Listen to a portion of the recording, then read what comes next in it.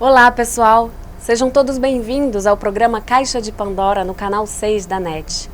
O oferecemos como um presente para quem se dispõe a lançar mão da esperança que guarda no fundo do coração e com ela enfrentar e compreender, sem temor e com generosidade, as injustiças, as crises e as ameaças à vida e à liberdade.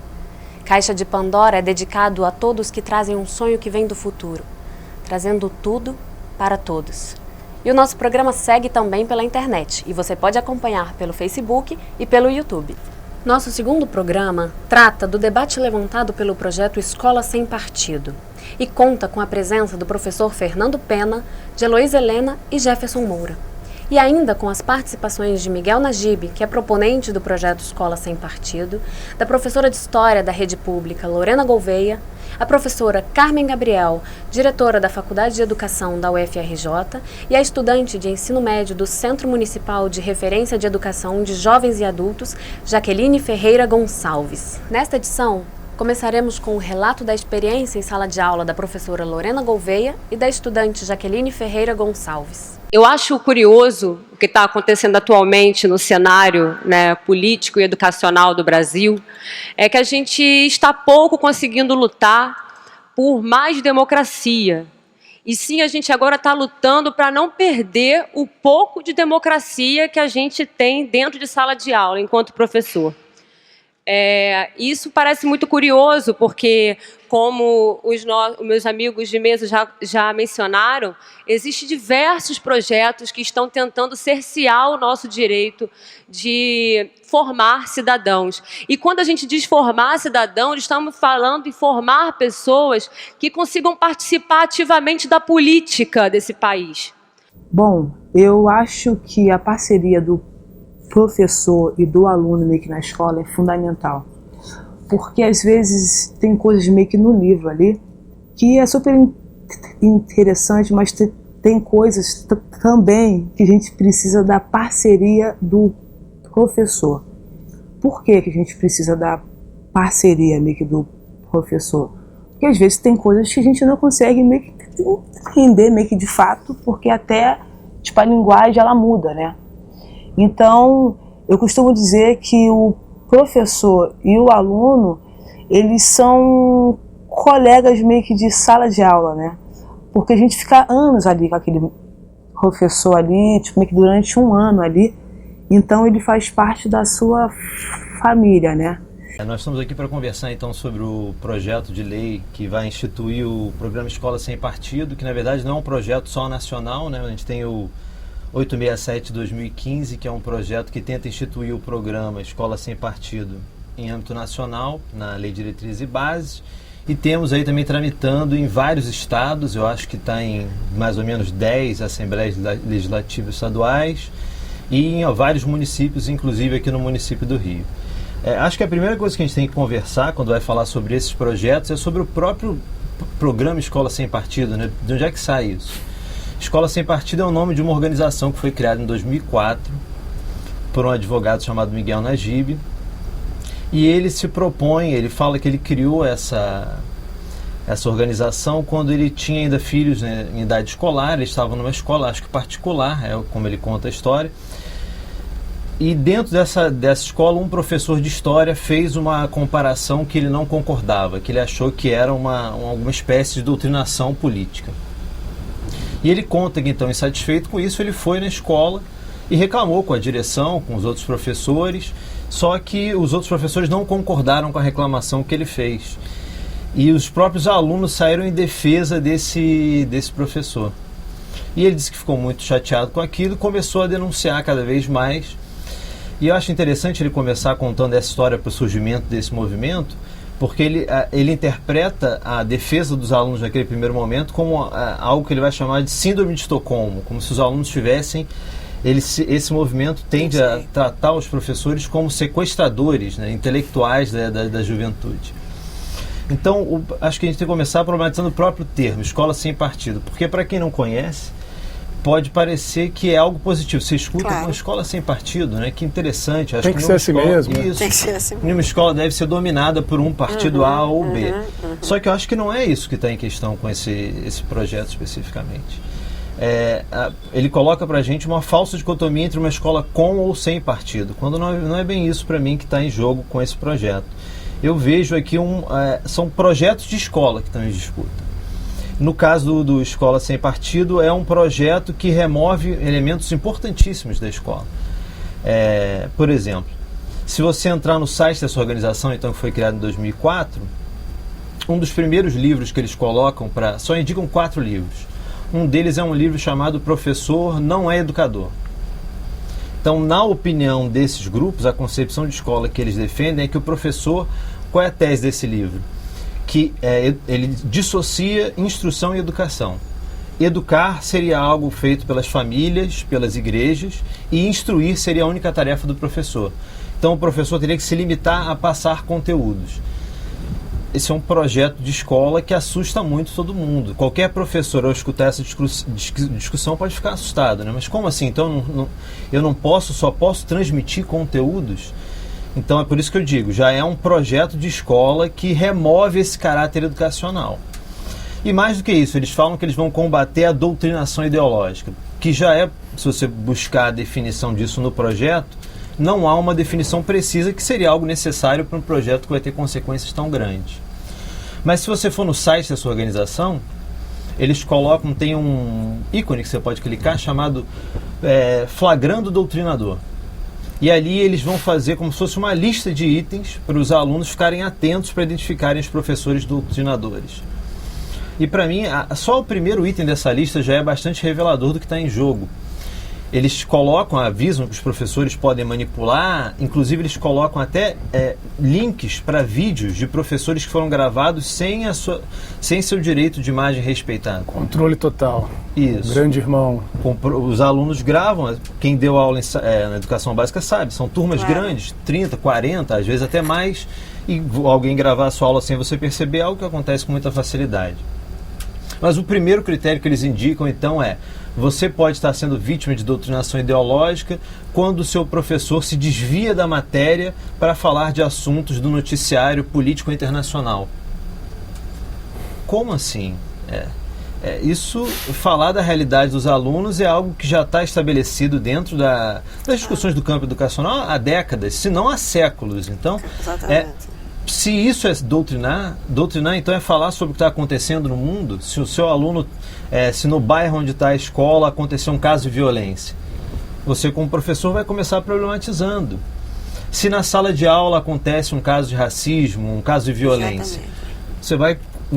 isso não é sair da matéria. Ser professor é isso. Com certeza. Então você não é só falar, olha, você não pode fazer isso porque violência é crime ou racismo é crime. Você para e você vai entender aquilo. A função do professor é ajudar a entender melhor a realidade. Então você a todo momento vai... Olha, aconteceu isso? Vamos conversar. Mas o primeiro critério que eles indicam, então, seria esse. O professor que... E sempre colocam o professor na figura de alguém que impõe, doutrina, sempre como alguém que está manipulando pessoas que são inocentes e não tem como reagir. Tirando também completamente a capacidade do aluno de interpretar. Eu, até pouco tempo, ainda dava aula na educação básica. E o aluno é tudo menos uma figura passiva. Tudo que você fala, eles questionam. Claro. Hoje em dia você tem o acesso ao celular, você dá uma informação, eles já buscam, conferem o que você está falando. Certeza. Então, pelo contrário, a sala de aula tem que ser esse espaço de debate plural, onde você discuta o que está acontecendo. E eu não estou dizendo que o professor não deva ensinar os conteúdos. Claro que deve. Mas o que eu estou dizendo é que ensinar o conteúdo é indissociável do caráter educacional da escola. Claro.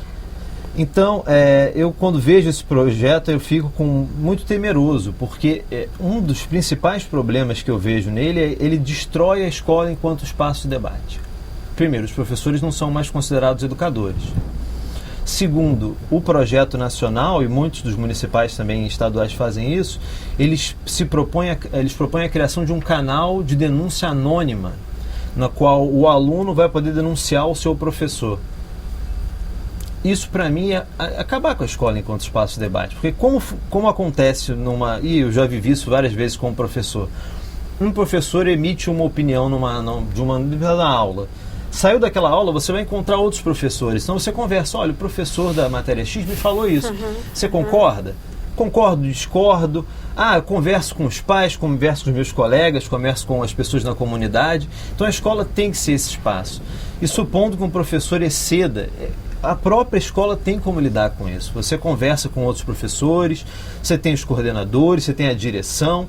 Se você cria um canal de denúncia, a proposta é um canal de denúncia anônima direto para a Secretaria de Educação, o professor vai ficar temeroso de discutir qualquer tema.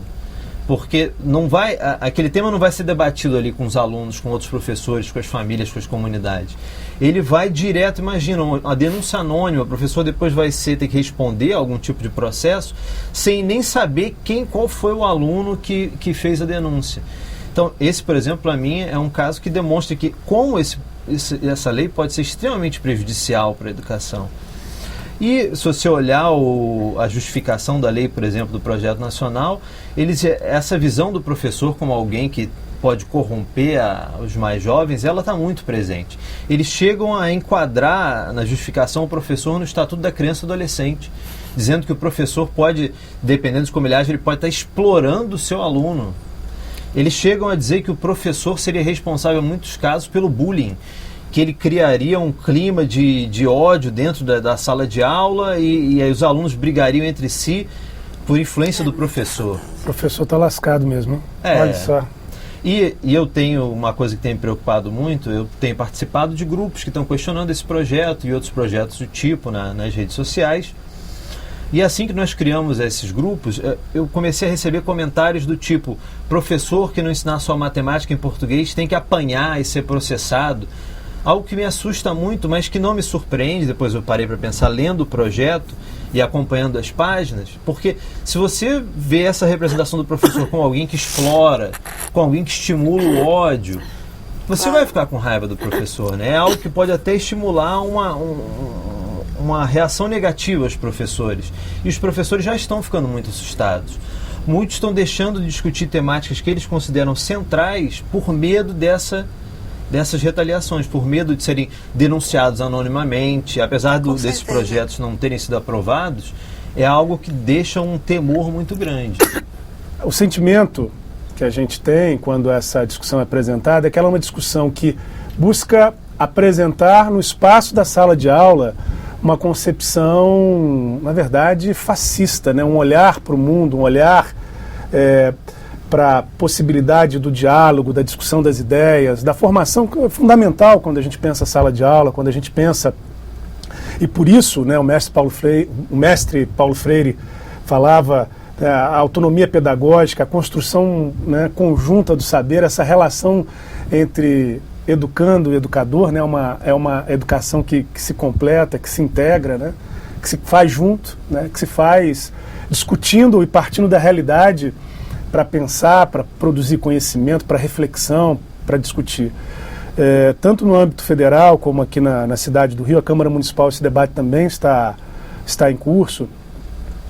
A gente percebe que aqueles que propagam, né, o ódio, aqueles que têm uma visão absolutamente que corroboram o que está colocado hoje, no Brasil de hoje, na cidade do Rio de Janeiro de hoje, né, são aqueles que querem impedir a possibilidade, não é da reflexão ideológica ou partidária. Isso, se a gente fosse discutir partidarização da educação no Rio de Janeiro, a gente ia ter que discutir quais são os critérios para o prefeito nomear Secretaria de Educação, critério para escolher os projetos que estão formulando conteúdo. Na cidade do Rio de Janeiro hoje tem várias empresas privadas, várias fundações interagindo e produzindo conteúdo para ser apresentado nas salas. Aí sim, partidarizando, né, o partido da ordem, né? Eu fico imaginando, veja só, esse cenário que a gente vive no Rio de Janeiro. Agora há pouco, a gente tinha um secretário de governo, um deputado federal, que agrediu a sua esposa, né? Como é que a gente vai discutir? A gente não pode discutir na sala de aula a Lei Maria da Penha, a lei federal, né? Então, esse instrumento ele vem para controlar, né? Para tentar ainda mais cercear a possibilidade da reflexão, da construção do conhecimento como elemento transformador, né? Isso é assustador, é um absurdo. Bom, o Mandela, né, tem uma frase... Primeiro, agradecer ao Caixa de Pandora, né, pela possibilidade de estar aqui discutindo uma temática tão complexa, necessária e apaixonante como essa questão. da educação, dizer que é uma honra estar aqui com o professor, com o nosso querido companheiro de caminhada, o Jefferson. O Mandela dizia que, aquela frase belíssima dele, ele dizia que as pessoas não nascem odiando as outras pela cor da pele, pela religião que professam. As pessoas aprendem a odiar. E se as pessoas aprendem a odiar, as pessoas podem aprender a amar. E a educação, desde a educação infantil, que todos os estudos de neurociência mostram nos últimos 30 anos, que é nesse pedacinho da vida de um ser humano, até 2 anos, as principais conexões neurológicas que potencializam a chamada inteligência, aspectos cognitivos relevantes para o acesso mais fácil ou menos fácil ao conhecimento, capacidades cognitivas. E mais importante do que isso, a estruturação da capacidade de julgamento, que antes era até 11 anos de idade, hoje com acesso a informações, tanto positivas como negativas, através da internet, dos meios de comunicação, até 7 anos de idade. Então, é algo muito precioso essa pequena faixa do conhecimento, para que é sempre difícil, é a mesma coisa que o professor disse à professora. Se for assim, olhando, eu digo, eu também quero uma escola sem partido, né? Aí que nem seja nem um partido de direita, nem um partido de esquerda.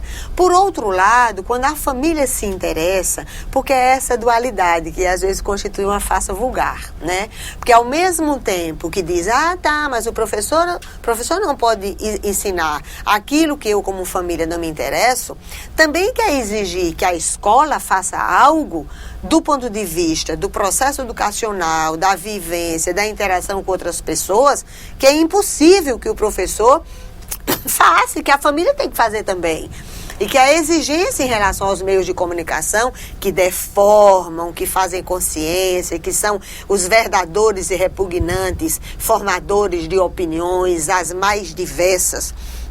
Então, viabilizar a formação do conhecimento, mas até para viabilizar a formação do conhecimento específico, como o professor disse, eu preciso conhecer o mundo. Ora, um professor de exatas, de matemática, que é algo que aparentemente é tão frio e distanciado da realidade. Imagina que coisa maravilhosa, fantástica, apaixonante, se o professor trabalhasse a própria história da matemática, que é lindíssima. Isso estimularia até mais o aluno a conhecer além daquelas pequenas fórmulas que estão ali apresentadas. Então, realmente é impossível você trabalhar um tipo de processo educacional que esteja distanciado da vida em sociedade, né? Mesmo que Paulo Freire tinha dito também aquela coisa belíssima, né? Conhecer o seu mundo para, conforme esse conhecimento, transformá-lo conforme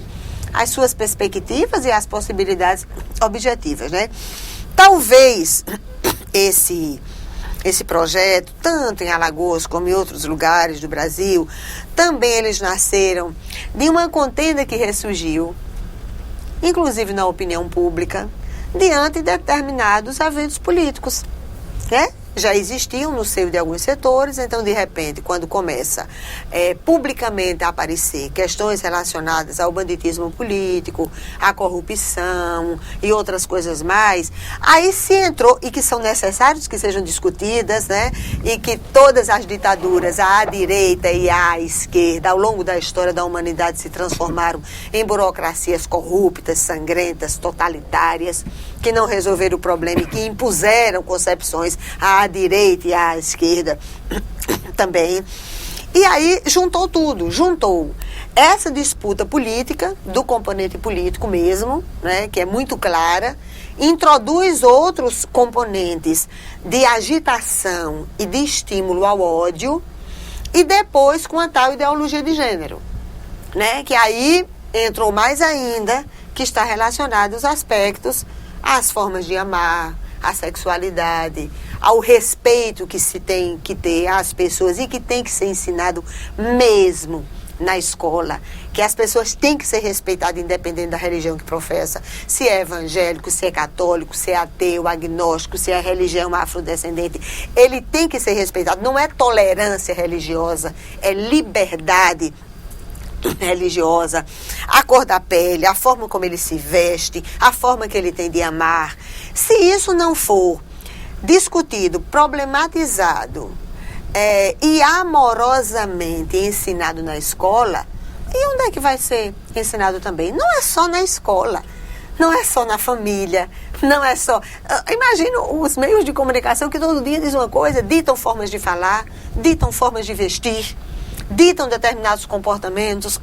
Então, a escola já é um espaço dificílimo para você conseguir viabilizar uma estrutura de conteúdo formal, curricular, disciplinar. Não tem nem escola, muitas vezes. Exatamente, não tem nem escola, né? Então, não tem nem condições dignas da escola.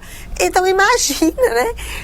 Os professores, os trabalhadores da educação, diante de tantas dificuldades, sinceramente, né? Aí dizer que eles vão estar lá apregoando concepções ideológicas, sinceramente, nem tempo há para isso. Então, é por isso que fica um projeto que eu acho que ele nasce de uma outra concepção e uma contenda político-eleitoral que está instalada no momento. Aí vai dizer, olha, não, mas e na época do OSPB e tal, que era também uma forma de estruturar uma concepção ideológica, do mesmo jeito que se você simplesmente ele traz a ideia de instrumentalizar a escola novamente a num educação. folhetim de qualquer partido.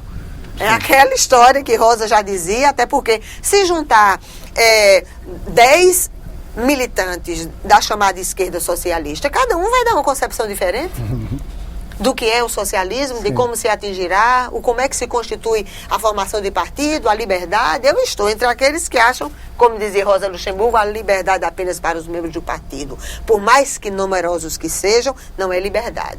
A liberdade tem que ser para todos, a forma de pensamento de todos. E como compatibilizar isso na escola? Então, já é algo difícil demais de fazê-lo. Então, acho que o projeto nasce de uma contenda eleitoral, de uma contenda política, onde se introduziu vários outros elementos e acabou gerando isso. Então, por isso que às vezes a gente tem essa sensação de que do mesmo jeito que tem coisas que, como o professor corretamente disse, ao você olhar apenas uma linha ou outra, você entende como algo até importante, a independência do aluno, a não imposição de uma concepção ditada por um professor. Claro que isso todos nós defendemos também. Agora, a autoridade do professor não é a autoridade do autoritarismo e da imposição da ideia, mas se ele não é capaz de tentar, em condições tão adversas, minimizar determinados conflitos, reduzir o estímulo ao ódio, tentar viabilizar mecanismos de que essas liberdades elas possam ser constituídas e estar no cotidiano da escola. Já é difícil porque existem coisas aberrantes, horríveis, humilhantes que acontecem no banheiro, onde o professor não está lá, na esquina, onde o professor não está, onde ninguém consegue estar lá tão sobrecarregado de trabalho. Então, às vezes, a gente tem até a impressão que é meio como se fosse uma farsa vulgar, né? Ou com de todo situações tão respeito a humilhantes que alguns acontece com o elementos próprio professor ou educador Exatamente. ou profissional da educação na escola. Eu O salário, acho né? Um problema aqui também é que esses projetos, esse aqui especificamente, são pessoas pensando políticas públicas para a educação, mas que têm um desconhecimento total de tudo que é discutido sobre a educação e não conhecem a realidade da escola, porque senão saberiam que isso aqui é impossível. Em um determinado momento ele coloca que aqui, até o artigo 3º do Projeto Nacional, são vedadas em sala de aula a prática da doutrinação política e ideológica, que eu já falei que se é doutrinar falar do que está acontecendo em volta da escola, já não tem sentido, mas o que vem em seguida também é bastante preocupante. São vedadas também, então, a veiculação de conteúdos ou a realização de atividades que possam estar em conflito com as convicções religiosas ou morais dos pais ou responsáveis pelo estudante. Gente, isso é totalmente impossível de ser realizado numa escola. As escolas públicas tem uma heterogeneidade incrível de alunos, das mais diferentes crenças, mais diferentes religiões, valores morais, familiares. Então, como... Elas são laicas no Brasil, inclusive. Não devem ter um... E até parece que vai ter condição pública de fazê-lo, cada um deles. Então, respeitar, você respeita pela formulação teórica, pelo discurso e pela ação concreta no cotidiano da escola. É assim que respeita realmente. Claro, e a construção do projeto pedagógico que é feito coletivamente. E além do mais, essa questão das denúncias, já existem os conselhos de educação nas escolas, que já são espaços que devem ser espaços plurais, que esses debates devem ser feitos, as ouvidorias que geralmente já existem também para receber como mecanismo de fiscalização da sociedade. Então, tudo isso existe, então até parece que não existe nenhuma dessas coisas. Agora, se alguém disser assim, é porque eu não quero uma escola que pregue o que o PT faz, eu digo, eu nem quero do PT, nem do PSB, nem do PSOL, nem do PELUA, nem da minha rede, nem do Balanço, nem nada. Agora, que eu quero que a escola viabilize mecanismos, não é de atenuar os conflitos como se eles não existissem, mas de trabalhar para que crianças e jovens possam resolver de uma forma mais mediada com alguém, óbvio que você tem que querer. Isso é difícil? É extremamente complexo?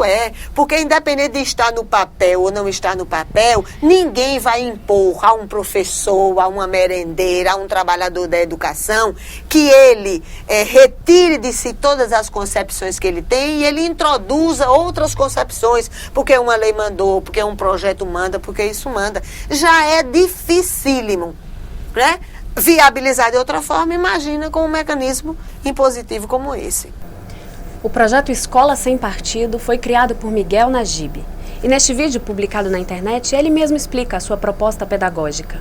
Em razão de um problema que ocorreu com o professor de história da minha filha, eu escrevi uma carta aberta a esse professor e fui distribuir exemplares dessa carta no estacionamento da escola, acusando o professor de usar a sala de aula para fazer a cabeça dos seus alunos. Minha filha estava na 8ª série. E essa iniciativa provocou uma reação bastante violenta por parte da comunidade ali daquela escola. Os estudantes ficaram todos ao lado do professor, fizeram uma passeata de desagravo em favor do professor, com cartazes no pátio da escola, tudo. O diretor da escola, na ocasião, me chamou para conversar a respeito e negou que aquilo acontecesse dentro da escola dele. É um colégio de classe média alta, lá em Brasília, um ótimo colégio, organizado, limpo, eficiente, que aprova muitos alunos no vestibular, o que não significa muita coisa, né? Mas, enfim. Ele negou que aquilo acontecesse, que aquela fosse a realidade da escola. E justamente em razão dessa experiência, eu falei, puxa, este assunto, esse problema é muito mais grave do que eu supunha. O Escola Sem Partido existiu, sobreviveu, graças a Deus, e cresceu também ao longo desses 10 anos, de 2004 até 2014. Até que em 2014, eu fui procurado pelo deputado Flávio Bolsonaro, que é um deputado, filho do Jair Bolsonaro, ele é deputado na Assembleia Legislativa do Rio de Janeiro. Ele teve a ideia de fazer um projeto de lei contra a doutrinação nas escolas. E me procurou, pediu que eu fizesse, pediu a minha ajuda para redigir o projeto. E eu falei, eu dei um tapa na cabeça, falei assim, não acredito que eu nunca pensei, como é que eu nunca pensei nisso, um projeto de lei contra a doutrinação? E aí eu fiz o seguinte, eu fiz um anteprojeto para ele e coloquei um modelo, e transformei aquilo num modelo para ser adotado por municípios e estados que quisessem implantar a mesma iniciativa do Flávio, nas suas respectivas casas legislativas, né? Então eu fiz 2 anteprojetos de lei, um anteprojeto de lei municipal e um anteprojeto de lei estadual. E tinha a ideia, junto com outras pessoas, amigos nossos, de apresentar também um projeto de lei federal, que fosse uma espécie de uma emenda à Lei de Diretrizes e Bases da Educação. E a estratégia era a seguinte, era primeiro espalhar os projetos de lei municipais e estaduais pelo país, e depois, quando a coisa ganhasse mais volume, nós procuraríamos algum deputado federal para apresentar o projeto no Congresso. E só que essa estratégia, ela acabou que nós percebemos que o momento de agir no Congresso Nacional, no nível federal, era agora, porque nós temos lá um Congresso que muito mais sensível a essa bandeira do que o Congresso anterior. Nós temos um presidente, hoje o presidente da Câmara dos Deputados, é um homem que tem valores muito parecidos com os nossos, valores cristãos, e ele é conservador na questão da moralidade. Então, é uma pessoa que poderá, pensei eu, né, na época, que será um aliado desse projeto.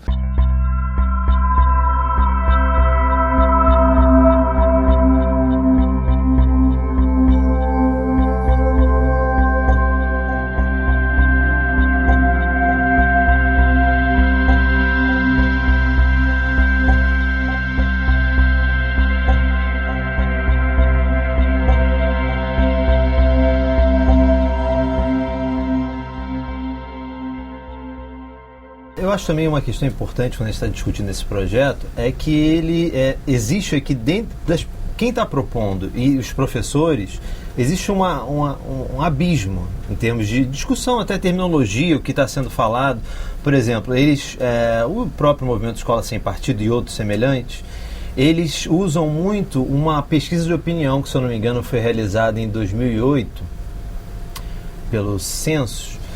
E qual foram as perguntas que eles fizeram? Uma delas era assim: qual é a principal missão da escola? E aí a enorme maioria dos professores respondeu que a principal missão da escola seria formar o cidadão. E não marcaram como a principal ensinar matérias ou formar um profissional. E aí, para eles, olha aqui, temos uma evidência de que os professores são doutrinadores, porque eles só querem formar cidadãos e não estão discutindo a matéria. Só que isso é um equívoco, porque o professor não vê essas missões de maneira dissociada. Claro, ele formar ensina cidadão as com matérias conhecimento. para formar um cidadão ético, competente e um trabalhador também ético, competente. Com certeza. Então, eles já partem disso, olha aqui, ó. E formar para a cidadania está na nossa Constituição, gente. Não é uma opção pedagógica de um professor ou outro. Outra pergunta que eles usam muito eles perguntaram: professor, seu discurso é politicamente engajado? Sempre, algumas vezes ou nunca? Acho que 50% dos professores falou que é sempre politicamente engajado, 30% falou que algumas vezes e 20% falaram que nunca. Pronto, 80% falou que seu discurso é politicamente engajado. Mas a gente tem que entender o seguinte: engajado onde, né? Em que e lugar, em que vertente? Política é uma coisa e partidarismo é outra. A questão partidária é outra. Então, quando o professor fala em política, ele está falando de ação coletiva no espaço público para mudar a realidade na qual nós estamos inseridos. Então, exercício da cidadania, exercício da cidadania, defesa da democracia. Perfeitamente. Então, ser politicamente engajado não quer dizer que eu estou defendendo esse partido ou aquele partido. É que eu quero que o meu aluno ele se sinta responsável pelo mundo. Exatamente. Assim como nós, a geração dos professores, nos sentimos, a gente quer que eles abracem esse mundo, que eles também se sintam responsáveis por esse espaço público. Então, percebem que tudo que o professor diz é plenamente compreensível dentro de uma lógica docente, uma lógica voltada para a educação. Só que para pessoas que não estão inseridas nesse meio, isso eles já olham, olha, aqui, ó, tá aqui, ó. Mas tem uma clara instrumentalização aí, né? Eles estão buscando... E como nós falamos um pouquinho já, esse grupo, por exemplo, Escola Sem Partido, é um grupo que ele começa bastante, acho que 2004, sem força, e ele vai ganhando força com algumas polêmicas que acontecem no espaço público. Claro. E agora, com essa fragilidade do governo e especialmente com a discussão que eu chamo de questão, não, a falácia da ideologia de gênero. Exatamente. Até porque se fosse ideologia de gênero, eu também era contra a supremacia do homem em relação à mulher. E aqui não é discutir não gênero em sala de aula, não é. Porque qual foi o medo que se criou em torno dessa tal ideologia de gênero? Eles têm até imagens que falam: a ideologia de gênero é uma ideologia antifamília. E aí os professores querem transformar os alunos em gays e lésbicas. Nada mais equivocado. E o pior, professor, é que obrigaram a tirar a palavra gênero. Então, como é questões relacionadas a gênero. Como é que você vai discutir doenças sexualmente transmissíveis, educação sexual, gravidez na adolescência? E que tem pesquisas que já revelam que... Como é que você vai discutir isso? Violência contra a mulher. Como é que você vai discutir isso se você não pode discutir nada relacionado a gênero? Então, não pode nem falar gênero alimentício, gênero, não pode falar nada desse jeito. É uma imbecilidade gigantesca. E também... Como se alguém fosse ensinar. Aquela cartilha que a Polícia Federal está investigando, quem é, em sã consciência, que iria defender que uma criança aprendesse posições sexuais dentro da escola? Ninguém. Então, é um uso defende isso? político dos medos. Claro. Usando o medo das famílias que uma farsa vulgar. Mas será que vai acontecer isso com o meu filho? Usando e promovendo o medo, né? A cultura do medo, a possibilidade, na verdade, de afirmar valores que vão, que na verdade solapam a democracia brasileira, né? A gente vive um momento em que essa cultura do ódio, em que a ideia de se resolver o problema de crianças que estão na rua e não nasceram na rua, né? Mais cadeia, como se no Brasil já não tivesse um sistema que prende, que pune.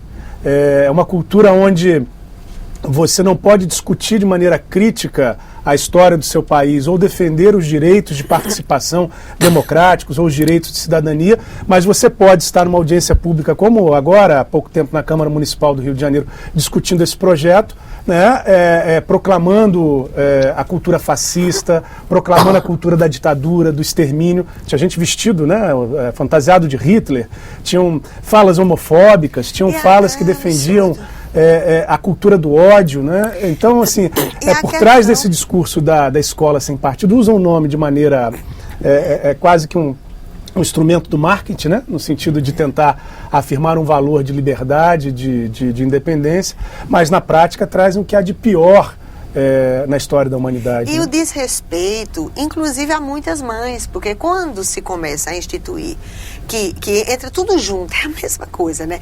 Que família tem que ter um homem e uma mulher, e apenas isso, desrespeita não apenas as chamadas famílias não tradicionais pelas regras vigentes, mas mais de 30% das famílias brasileiras, conforme as frias estatísticas oficiais, são constituídas por mulheres sós, chefes de família, que trabalham muito para criar com dignidade os seus filhos. Então, isso não é uma família? E se for um pai sozinho que estiver criando seu filho, isso não é uma família? E eu posso dar um exemplo absurdo de sala de isso. aula. Eu, como professor do Estado, alguns anos atrás, eu era professor de História. E eu ainda sou, mas não dou mais aula de educação básica. Eu estava dando uma aula sobre Idade Média, um tema que a princípio não tem nenhuma relação com a nossa realidade atual. E eu estava fazendo uma aula, como era uma aula para uma turma de EJA, Educação de Jovens e Adultos. Então, como era um pessoal que estava chegando do trabalho, estava mais cansado, eu falei, vou fazer uma aula diferente. E aí pedi para eles compararem a mão de obra servil, lá a característica do período em questão, do feudalismo, o escravo no Brasil colonial e o trabalhador assalariado hoje. E aí pedi para que eles pesquisassem as características do trabalhador, quais são os direitos e os deveres. Só que quando eu fui definir com eles, conceitualmente, o que era um servo na Idade Média, eu não lembro quais eram as características que eu estava anotando, mas eu lembro que tinha alguns elementos que mencionavam a possibilidade de castigos físicos e a impossibilidade de ir e vir. E quando eu estava escrevendo isso no quadro, uma menina falou, professor, você está falando que isso é da Idade Média? Não, isso tem hoje. Claro. Aí eu falei, como não? Hoje em dia não pode. Eu falei, vamos ver com calma. Aí eu fui lendo com ela todas as características que eu tinha elencado no quadro. Ela falou, agora? Minha mãe é tratada assim pelo meu pai, ela não pode sair quando ela quer, às vezes ela bate nela. Eu falei, opa, primeira coisa, falei sobre a lei, né? Você não, hoje em dia isso é inaceitável. Só que o professor, ele só não fala que existe uma lei, a Lei Maria da Penha, não é só isso. O professor, ele ajuda a compreender por que não. Então eu fui falar de gênero, entender como essas relações entre homens e mulheres foram mudando. Eu falei, olha, no Brasil, há um tempo atrás, isso era aceitável ou não era, isso foi mudando. E aí, para chegar no hoje, falar, hoje em dia, isso é inaceitável, é contra a lei. Mas o problema é que não é... Isso é discutir gênero em sala de aula. A dupla, a tripla jornada trabalho da mulher, é a mulher que trabalha muito em casa.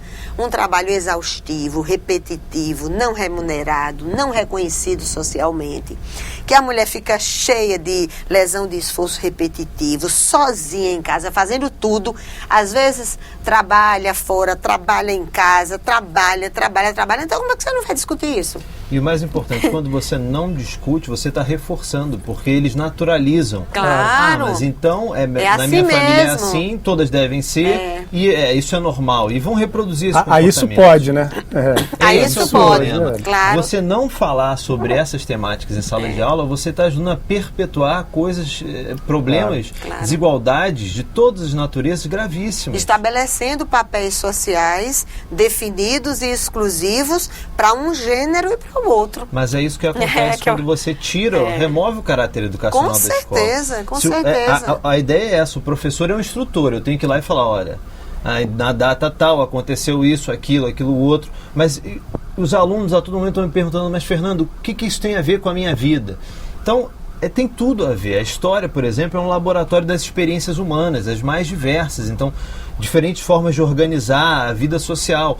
E ele, quando está um aluno, independente da faixa etária, quando ele está conhecendo esses diferentes mundos, ele vai perguntar, isso é diferente do meu como? Isso pode aqui também? Então, como não falar sobre o mundo de hoje? Como e não eu queria tanto assim que essas pessoas, né, que até têm o direito de se preocupar dessa forma, elas estivessem igualmente preocupadas, engajadas e monitorando para tratar da evasão escolar, do acesso e das coberturas relacionadas à educação infantil. A questão salarial dos profissionais de educação. As condições da escola, as condições dos seus próprios filhos na escola, a condição dos professores. Então era tão bom que todo esse esforço militante, né, também pudesse ser utilizado e viabilizado para tratar de coisas tão preciosas que estão acontecendo nas escolas, que estão deixando de acontecer, até em relação àquilo que dizem que querem defender, o conteúdo formal, considerado tecnicamente formal, o número de professores em relação a exatas, o conteúdo, a forma de disponibilizar determinado conhecimento, as dificuldades para fazer isso,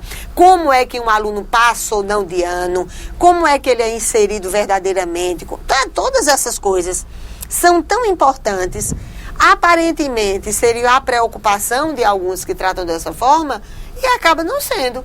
Então, desmonta o argumento de que querem que a escola possibilite a informação e não tratam disso. Realmente,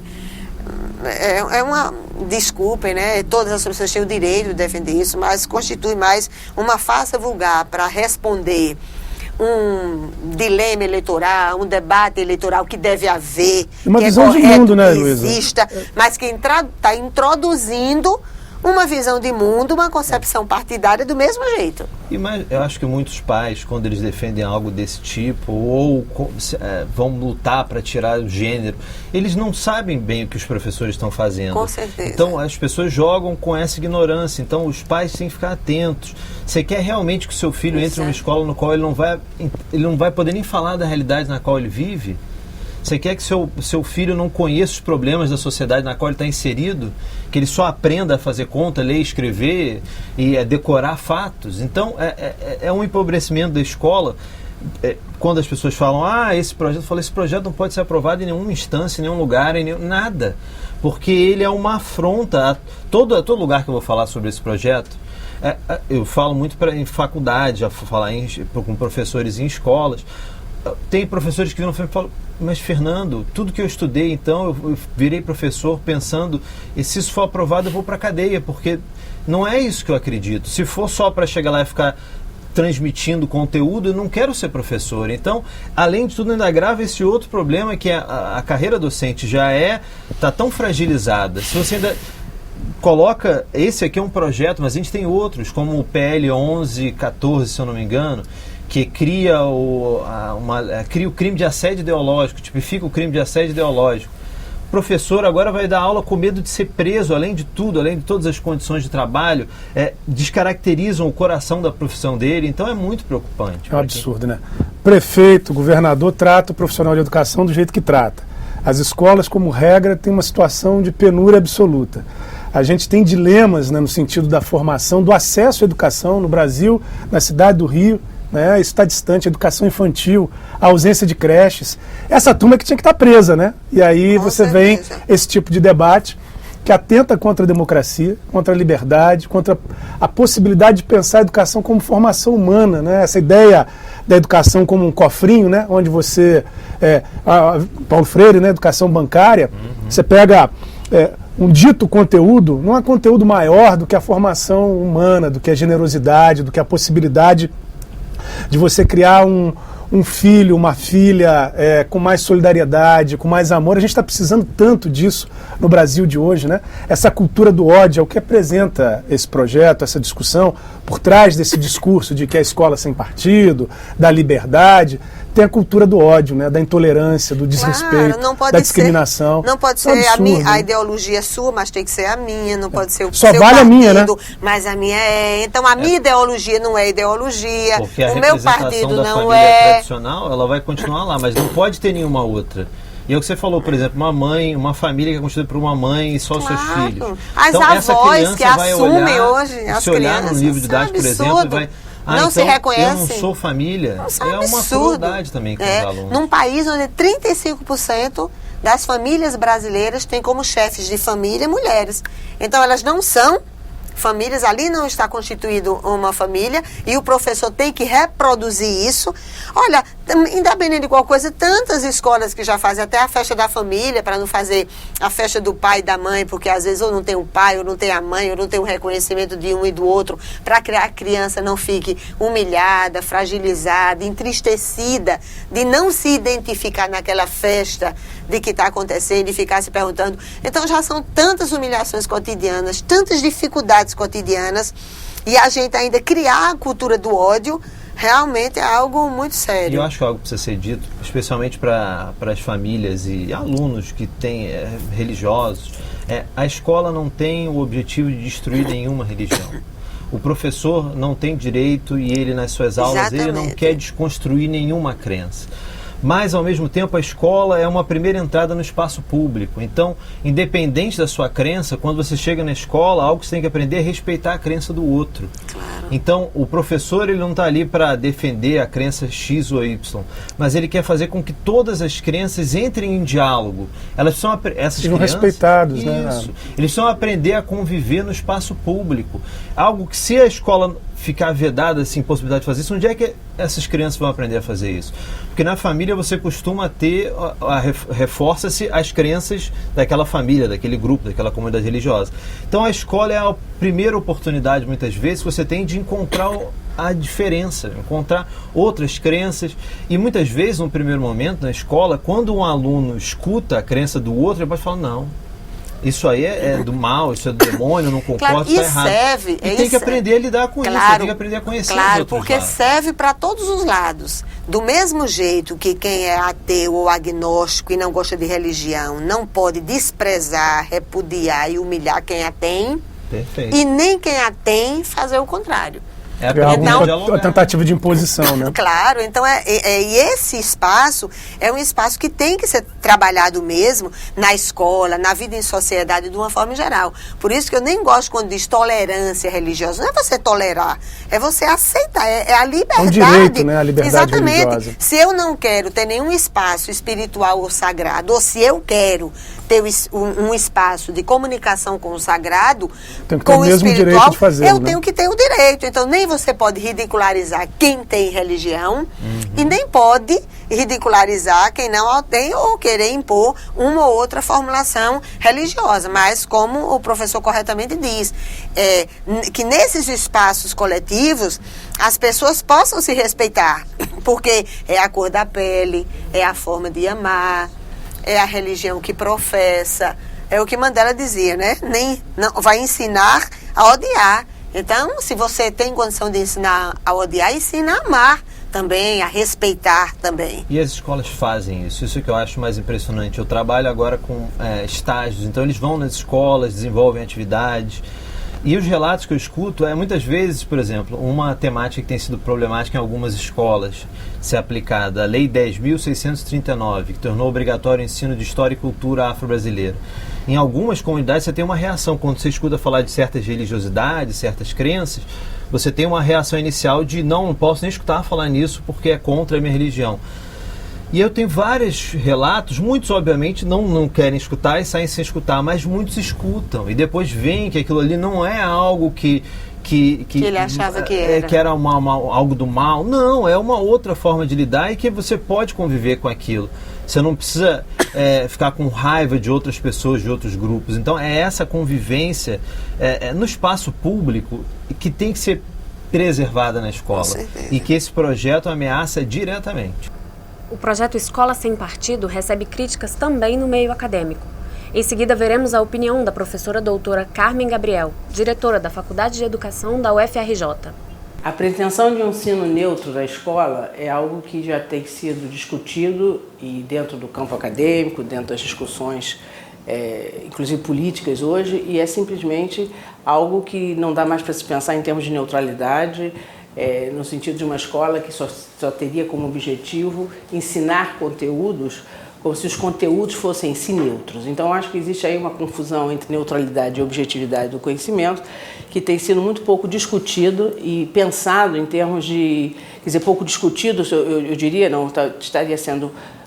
talvez intencionalmente confundindo para se pensar hoje as escolas, né, na educação básica, o papel das escolas, a função política dela hoje na sociedade brasileira. A escola, como toda instituição social, ela está inserida, ela está atravessada pelas tensões dos nossos tempos. Então, o conhecimento científico, né, ele já desde muito, a gente já sabe que esse conhecimento também não é neutro. Então, o que seria essa neutralidade, uma imparcialidade, né, uma não tomada de posição? Eu gosto muito de dizer que hoje, no mundo de desigualdade como o nosso, né, a não tomada de posição já é uma não neutralidade. Então, a gente tem que ter muito cuidado hoje na defesa de escolas neutras, no sentido que, primeiro, isso é uma falácia, isso não existe, né? E, segundo, que isso é já em si uma tomada de partido.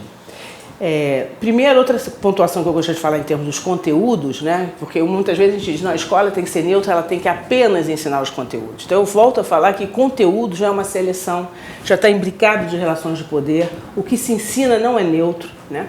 O que não quer dizer que tudo vale a ser ensinado na escola. Eu acho que tem uma outra discussão importante que o campo acadêmico, principalmente o campo do currículo, tem contribuído, é de pensar que esses conteúdos são resultados de processos de seleção, são resultados de reelaborações didáticas e que traduzem critérios políticos, critérios epistemológicos, né? Nós trabalhamos com uma ideia de verdade hoje que não dispensa, né, um rigor, mas não é a verdade absoluta, única, universal. Então, assim, uma escola hoje, toda escola é uma escola engajada, né? Não existe uma escola neutra. Isso é uma posição que eu acho que a gente tem que ficar muito claro, o que não quer dizer qualquer escola, o que não quer dizer partidarismo, o que não quer dizer uma escola que não ensine conteúdos. A ciência, ela tem um compromisso com a verdade, sim, mas não existe a verdade, com um valor de verdade que cada área disciplinar, cada área científica opera com seus regimes de verdade. E a escola tem que levar isso em conta, é claro. Isso não significa não tomar posições, não escolher projetos de sociedade que sejam trabalhados na escola. A escola ensina a pensar, e não pensar como professor, mas pensar implica justamente a ter acesso a todas as ferramentas, e a ciência é uma, né, importante, para se construir um olhar crítico, né, um olhar que possa projetar, né, um mundo melhor, e a escola tem um papel importante sobre isso. Em relação a esse tipo, quer dizer, dependendo do concepção de escola com qual a gente trabalha, a gente vai trabalhar também na formação inicial dos professores, né? Não é possível hoje também pensar uma formação inicial que formemos professores neutros, justamente porque isso também é outra. Eu diria que hoje em dia isso é tem sido muito propagado. A gente sabe que existem projetos em circulação que estão, de alguma forma, preconizando essa neutralidade, né? Uma escola sem partidos, por exemplo, o que eu acho politicamente perigoso, epistemologicamente completamente equivocado, e que é preciso que a gente tenha muito cuidado na formação dos professores. Não é formar professores no sentido de militantes políticos, mas professores pensantes que tenham justamente que possam pensar o seu mundo e contribuir para que os seus alunos pensem o seu mundo de uma forma crítica. Isso pressupõe, né, tomada de posições, visões críticas, não no sentido de um idealismo, de um ideologismo, mas no sentido de um compromisso com a ciência e com a verdade. E a verdade também não é neutra, né? Como eu falei antes, a verdade também é fruto de uma série de lutas de argumentação, de significação pelo mundo, pautadas, é claro, embasadas em regimes de verdade de cada área científica. Então, a formação hoje dos professores, eu acho que ela tem se preocupado com isso, em vários institutos de formação, em várias áreas disciplinares, desde as didáticas e as disciplinas de currículo, mas também da sociologia da educação, também da educação brasileira, em que pensa a escola, né, o conteúdo, os valores, de uma forma articulada e de uma forma que a gente sabe, e a gente, quando eu digo, somos nós que trabalhamos cotidianamente com formação e cotidianamente com formação de professores e com escola, que ela tem que ser feita de forma séria, rigorosa. Isso não quer dizer uma neutralidade, nenhuma imparcialidade, mas quer dizer um compromisso com um projeto político de sociedade democrático. Então, acho que para concluir, eu só queria deixar aqui o apelo para que todos, não só que têm interesse na questão educacional, querem se envolver com a escola, que conheçam não só o projeto, mas que conheçam também as organizações que estão por trás disso. Porque se você entrar na página da Escola Sem Partido, você vai ver, eles colocam, qual é a imagem que eles colocam de movimento estudantil? Um touro mecânico. Eles falam, os movimentos estudantis são manipulados pela esquerda como esse brinquedinho. Quando eles vão falar dos professores, da relação entre professor e aluno, eles falam da síndrome de Estocolmo e colocam uma imagem da Bela e da Fera, dizendo que o professor sequestra intelectualmente os alunos. Então é algo que reproduzem nunca uma resposta, nunca querem saber, alguém faz uma denúncia, nunca se investiga por que o professor estava fazendo aquilo. Quando eles pegam uma imagem, ninguém quer saber qual era o contexto daquela aula, que às vezes pode mudar toda a interpretação que a gente tem. Então conheçam bem esse projeto antes de apoiá-lo, não se enganem pelo nome, e o nome às vezes muda. Por exemplo, em Alagoas ele foi apresentado como Escola Livre. Então, conheçam bem, se informem com relação às famílias. Não se deixem enganar pelo que circula nas redes sociais. Muita coisa falsa está circulando. Você mencionou um panfleto falso que está sendo investigado pela Polícia Federal. Materiais desqualificando os professores, então estimulando o ódio aos professores, foi algo que já discuti num texto que eu escrevi, querendo desqualificar a discussão de gênero, como nós já comentamos, e várias outras temáticas. Então, investiguem bem, e mais que se mobilizem, não aproveitar esse momento de discussão dessas temáticas, mas se envolvam com a educação de uma maneira mais ampla. A escola precisa desse diálogo, diálogo entre professores, alunos e a comunidade.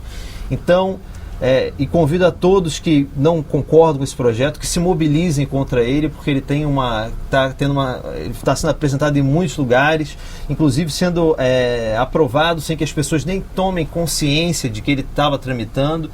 Então convido a todos a se mobilizarem e se envolverem com as discussões da escola.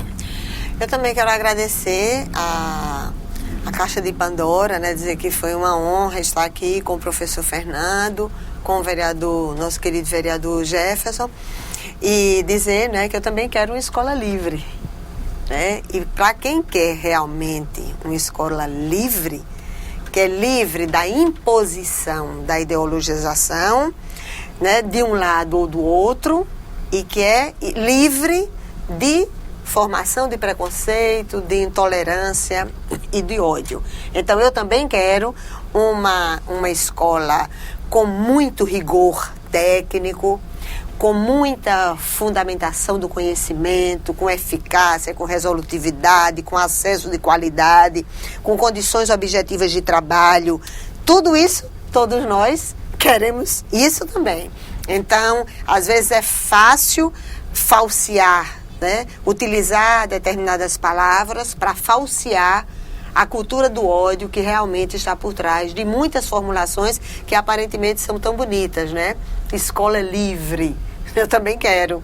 Livre da ineficácia, livre da intolerância, livre do ódio, livre do desrespeito nas relações humanas, e não esse tipo de imposição de uma ideologia, de imposição a uma forma de ver o mundo. Muito bem. Liberdade, liberdade, abra as asas sobre nós. A Caixa de Pandora continue aberta. Obrigado, professor Fernando, Heloísa. Para mim foi uma honra estar nesse nosso segundo encontro. Vamos juntos. E aí, o que você achou? Nosso programa não acaba aqui. Os assuntos continuam em debate nas redes sociais. Acesse a nossa página no Facebook e o nosso canal no YouTube para ver e rever os vídeos e dar a sua opinião. Até a próxima, pessoal!